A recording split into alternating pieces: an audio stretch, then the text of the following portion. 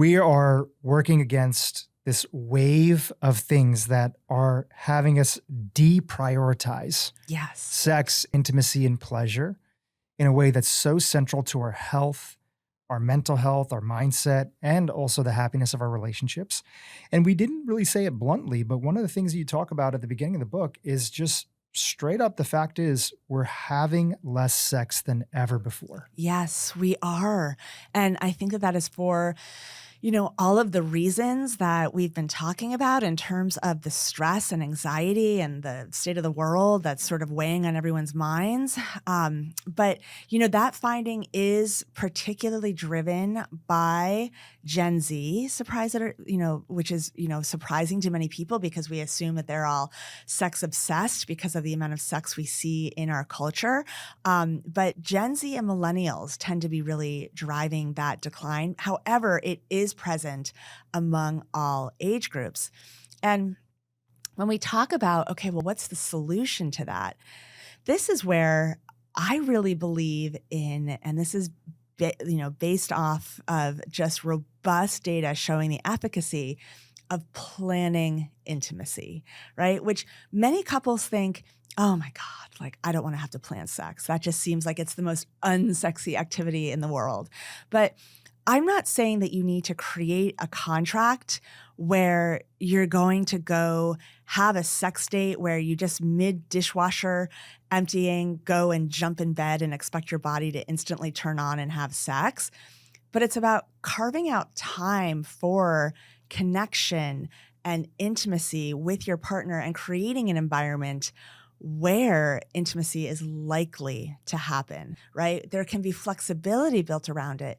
But like I mentioned before, we all, we could manage usually 30 minutes once a week in our schedules to plan that intimacy, right? Ideally, more time around that, though, in terms of connecting with your partner, right?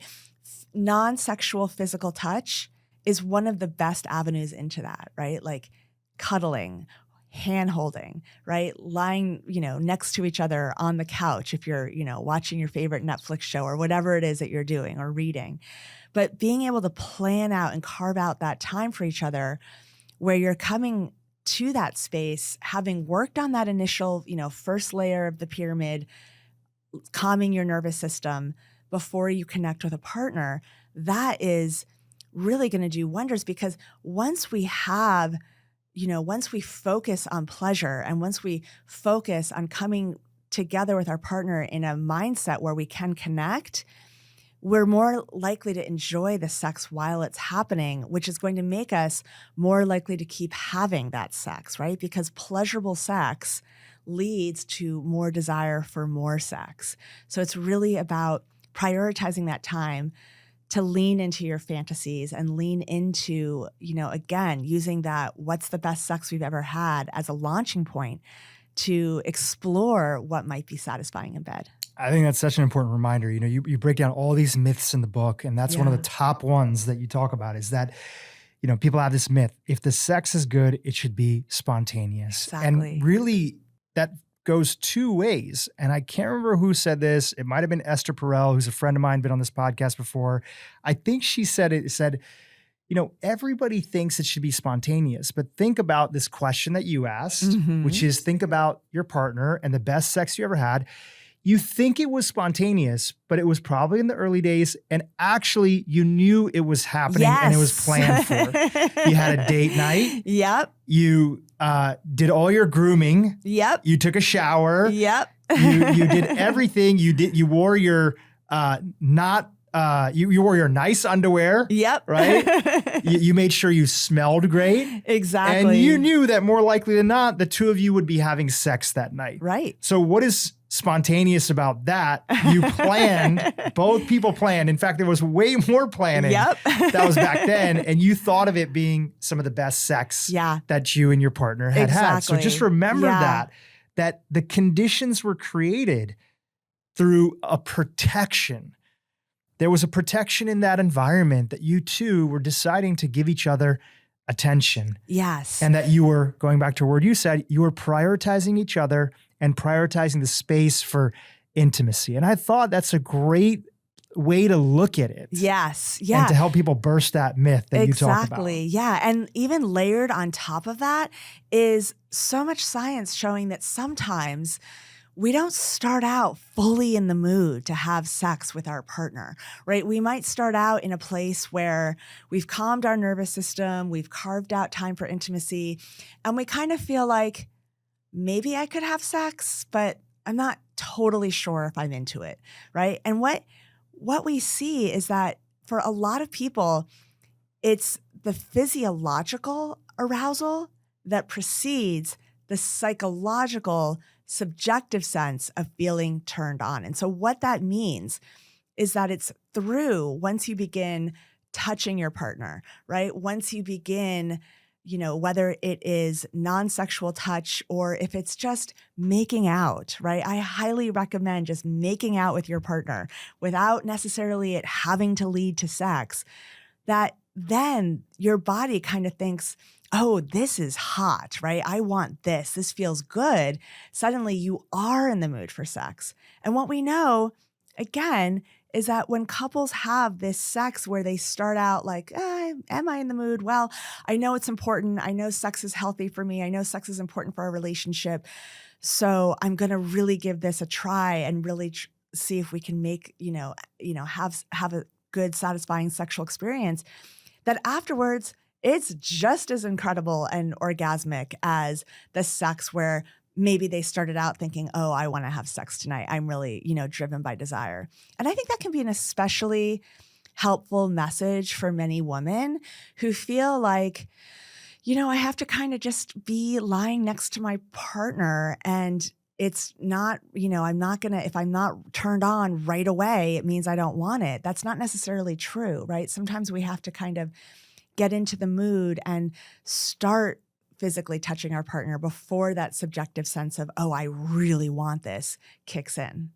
I love that. So we're at the portion of the conversation where we're touching on some of these myths you identify. Is it okay that I go through a few other that I pulled from the book for you I would love that. Educate our audience and me on? So we already talked about two. Number one, if the sex is good, it should be spontaneous. That's a myth. You address that. Yep. The second one was you should want sex before you start having it. That's a myth. And you address that. Let's go to the next one. Number 3, loss of desire means loss of love or attraction. Yes. So many people feel that. I've felt that at different stages in a relationship before, where you feel that your other partner, or maybe the person who's listening here today, feels that about themselves, that they have a loss of desire. And they're like, what does this mean? Does it mean that I have a loss of love, or am I just not attracted to my partner? Why is that a myth? Yeah. So it goes back to this idea that we assume that, first of all, if we lose that sense of attraction to our partner, that there's something wrong in the relationship, right? And this is why a lot of people will kind of panic after that initial honeymoon stage is over in a relationship where you don't want to tear their clothes off every time they walk into the room, right? And there can be times in the relationship, even further down the road from that, when you're maybe not feeling that hot for your partner all the time, right? And so there are a couple of different ways that we need to address that, right? And the first is to look at the actual sex that you're having, because the reality is that no one craves bad sex. And so is it just that you and your partner have gotten into a rut, right? Is it that you need to go read chapters 2 and 3 of my book, where I talk about the types of sexual techniques and touch and ways to turn each other on that will lead to better sex, that will lead to more pleasure, because pleasure is what leads to more sex, more desire for sex. So you need to actually look at the sex that you're having already and increase the amount of pleasure there. And also knowing that we don't all crave the exact same type of sex every single time, right? No matter how much you love tacos, no one wants to eat tacos every single night for dinner. They're going to lose their appeal, right? So, what we again see in the literature is that couples who introduce something new about once a month tend to enjoy higher levels of sexual satisfaction than couples who introduce novelty less frequently than that. But novelty doesn't mean that you have to be swinging from the chandeliers or, again, going and getting that dominatrix get up. It just means that you need to introduce, maybe it's a new position, maybe it's a new technique, maybe it's a better understanding of your body, maybe it's introducing a sex toy, right? All of these things that can just, maybe it's having sex in a different room or at a different time of day or before you go out for that huge 8-course meal, not afterwards, right? So if there are these sort of smaller ways that you can improve pleasure, that's going to bring back that desire. But what's also important, again, goes back to this idea that if we don't want to have sex with ourselves, we're not going to want to have sex with another person, right? Meaning, if you've lost attraction, if you're not feeling sexy because you're burnt out or because you have resentments in the relationship that you haven't been able to address with your partner, or because you feel sort of overall stuck in life, again, we tend to think that our sexual desire exists in this siphoned off area of our life that's not tied into that. But all of those different sources of joy and pleasure, if they're not being fostered, you are at risk for losing that passion and zing in life, right? And so it's, am I really losing attraction for my partner? Or is it just that my central nervous system is completely overactivated? I feel stuck. I'm a little bit resentful of my partner, but don't know how to tell them because society has taught me that I should just be putting up with how I feel and not raising my voice at all. It's just sort of digging into what are those other factors that have nothing to do with your partner at all, but really are more about yourself.